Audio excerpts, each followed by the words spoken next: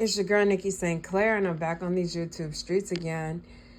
And I'm just coming to talk to you guys. I don't really know who needs to hear this.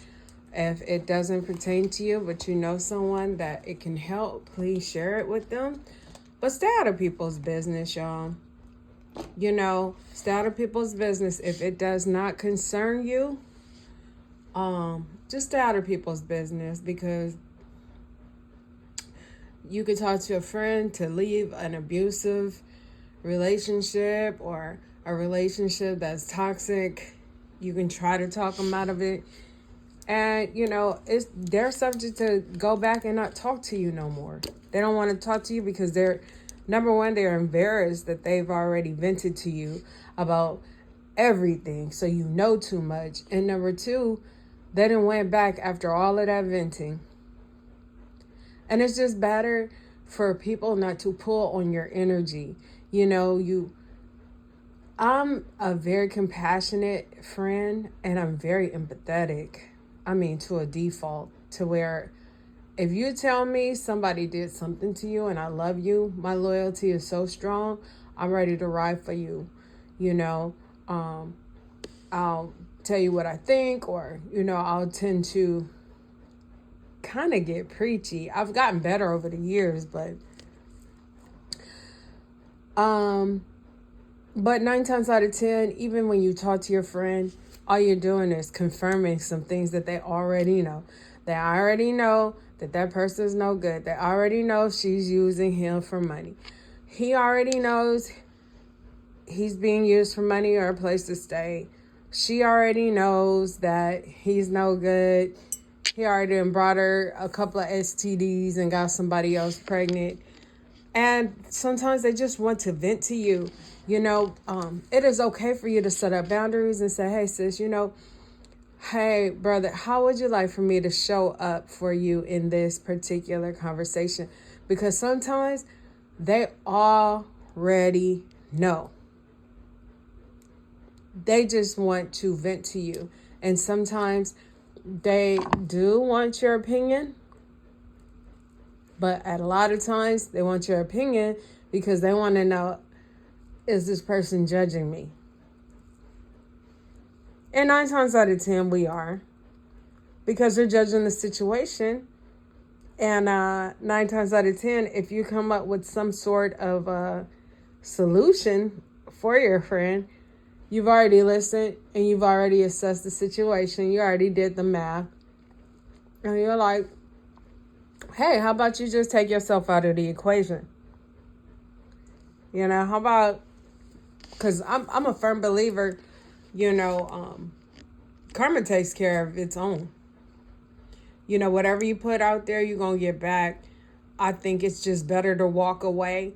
You might be angry, you might be hurt, and you might not even be able to see the karma that one has reaped upon themselves, whether good or bad, but just know it's coming.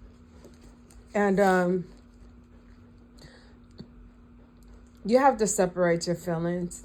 I want to say I've been that friend before where I didn't separate my feelings. In fact, I became a bit too consumed when it came to friends. And to the point where it's like, you going to let him talk to you like that? You're going to let him raise his hands on you like that? Girl, you need to do this. And girl, you need to do that. And girl, you need to file this. And girl, you need to serve him papers. And you know what I'm saying? I just found myself being consumed to the point where I'm hurting myself. I'm putting myself in danger. Because, girl, there's been times where I was confronted in a club. Because here I am with good intentions telling my friend, hey, you know what I'm saying? I don't think it's a good idea that you talk to him. It's been said, he's gay for pay. He has sex in the parking lot or the gay clubs for money. And he's given 2 people herpes, And though it wasn't my place to out that particular person, I had known the young lady since kindergarten, and I called myself saying, well, shit, she's a single mom of 2. And, I just wanted to be the person for her. What happened was she was on Instagram and she saw that we were mutual friends, and she wanted to know how I knew him. But me, with my overprotective ass, went above and beyond to tell her all of that, where I don't think she was ready to hear that, or she didn't care. All she wanted to know was, how do I know him, and was I talking to him? Honestly, that's what I really think. In hindsight, she wanted to know, how did I know the gentleman, and was I talking to him? Was I interested in him? Did we have any dealings? Because she wanted him. And so, when she asked about him, I felt like she was confiding in me, like, girl, sis, what you know about him? Is he good? This and that and the third. I had known the young lady since kindergarten. Here we are, approaching our 40s. And I'll call myself being protective and kind of giving a message of warning.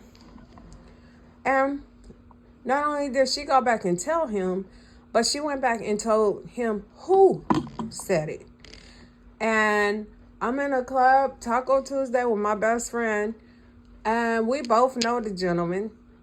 And I'm like, hey, what's up? And he was like, you a fake ass bitch, and went off on me, got all in my face, like in a very threatening way in my personal space. And I was confronted, and he told me everything that I said to her. And so what happened was, I went back to the patio and I told her, hey, I confided in you, or I let you know these things to protect yourself. I didn't know you would throw me under the bus like that. And I texted her that. She screenshotted it, sent it to a man in the club, and he ran up on me again and showed me what I had said and was like, yeah, that's my bitch. She gonna tell me everything and blah, blah, blah, this and that. And I have kids and I have a reputation and I have grandkids. And he never once denied what was said was true. He just said that he had a reputation to protect. Which lets me know this dude was all about himself. And I know he's all about himself. He's been all about himself. But I tried to give her the heads up, and it did me no good. It just didn't. It put me in a very difficult situation. He could have killed me, y'all. He could have socked me. He could have broke my jaw, broke my nose. He could have put hands on me. He could have had somebody jump me. Anything could have happened to me. Guys, I'm just telling you, guys, set up boundaries. Set up boundaries. Ask the person, how would you like for me to show up for you? If this person has been involved, or they have kids with the person and they've been involved for a while, rest assured they're going back. They just need a break. They just need to vent.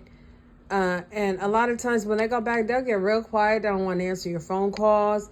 They don't have nothing to say because they already know. That they know. And you've confirmed some things, but the heart wants what the heart wants. The body wants what the body wants.